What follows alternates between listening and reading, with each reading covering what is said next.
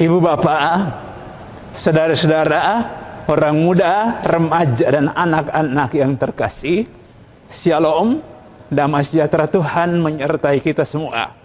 Hari ini, Selasa, 9 Februari 2021, adalah Selasa Pekan Biasa kelima. Kita akan mendengarkan dan merenungkan bersama Injil Markus bab 7 ayat 1 sampai 13. Mari kita membuka renungan kita ini dengan tanda salib. Dalam nama Bapa dan Putra dan Roh Kudus. Amin. Ibu bapak, saudara-saudara, orang muda, remaja dan anak-anak yang terkasih, mari kita siapkan pikiran hati kita untuk mendengarkan dan merenungkan firman Tuhan dari Injil Markus bab 7 ayat 1 sampai 13. Pada suatu hari, serombongan orang Farisi dan beberapa ahli Taurat dari Yerusalem datang menemui Yesus. Mereka melihat beberapa murid Yesus makan dengan tangan najis, yaitu dengan tangan yang tidak dibasuh. Sebab orang-orang Farisi seperti orang-orang Yahudi lainnya tidak makan tanpa membasuh tangan lebih dulu, karena mereka berpegang pada adat istiadat nenek moyang.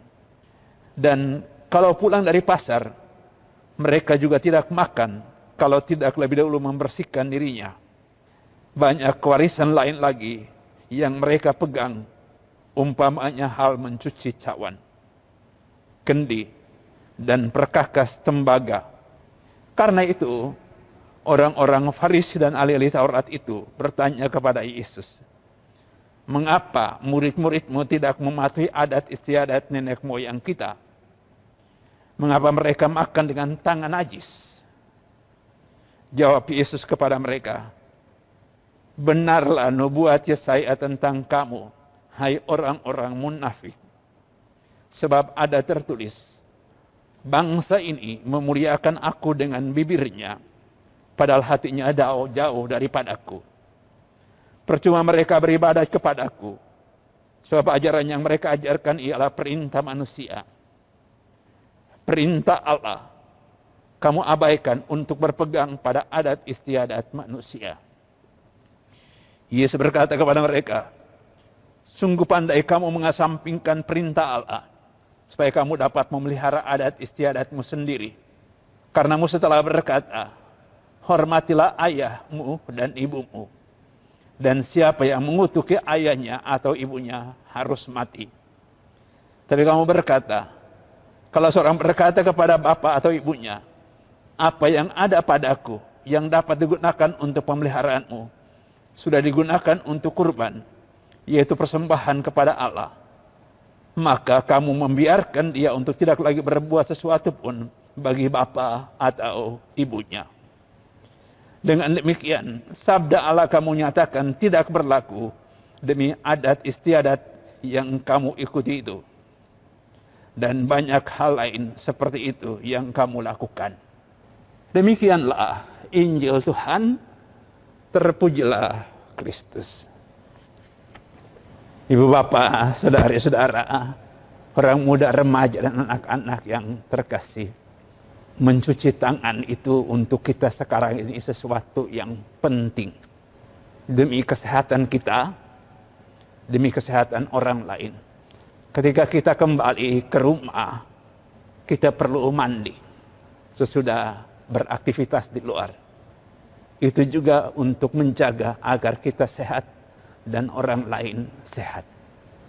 Kita lakukan itu semata-mata demi kebaikan bersama.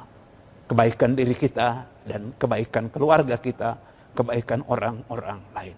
Mencuci tangan secara teratur, mandi kalau sudah pulang dari aktivitas di luar.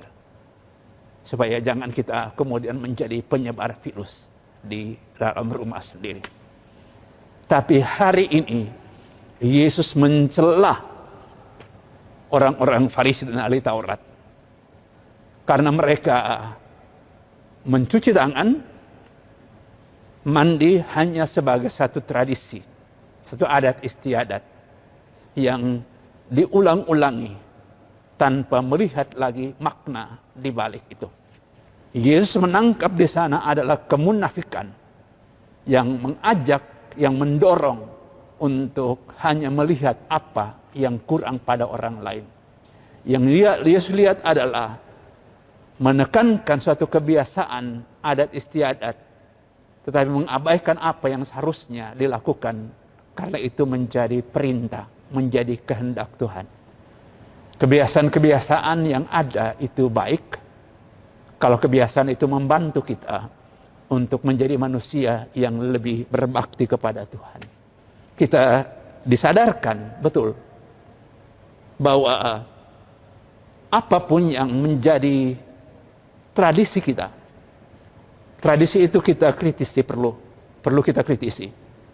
Apakah itu menjadi tradisi yang mendekatkan kita pada Tuhan dan membuat hidup kita sungguh-sungguh menjadi hidup di mana orang lain merasakan, mengalami bahwa Tuhan sungguh-sungguh mengasihi mereka melalui kita. Yesus mengingatkan kita untuk jangan karena mengikuti aturan-aturan keagamaan sedemikian ketat sampai kita kehilangan cinta kasih dan belas kasihan kepada orang-orang lain. Maksud saya adalah ketika orang tua kita di rumah sakit, pas misalnya ada perayaan misa hari Minggu dan kita merasa wajib ke gereja. Ketika orang tua sakit, pilihannya adalah tinggal di rumah untuk memberikan perhatian kepada orang tua yang sakit, untuk menjaga dia, untuk merawat dia. Itu adalah buah-buah dari Ekaristi yang tidak kita ikuti, tapi buahnya kita wujudkan dalam cinta dan perhatian kita kepada orang-orang lain, kepada orang tua kita. Ketika kita sedang ada dalam perjalanan menuju gereja untuk berdoa, tapi tiba-tiba ada orang di tengah jalan membutuhkan perhatian kita karena mungkin kecelakaan atau apa, pilihannya adalah turun dan membantu orang itu kalau belum ada orang lain yang membantu. Sudah saya pikir tentang gereja dulu, karena di sini pada saat itu ada orang yang membutuhkan bantuan dan pertolongan. Ketika kita melakukan itu untuk dia, kita melakukannya untuk Tuhan Yesus. Mari kita berdoa supaya semangat ini menjadi semangat hidup kita. Tuhan memberkati. Amin. Dalam nama Bapa dan Putra dan Roh Kudus. Amin.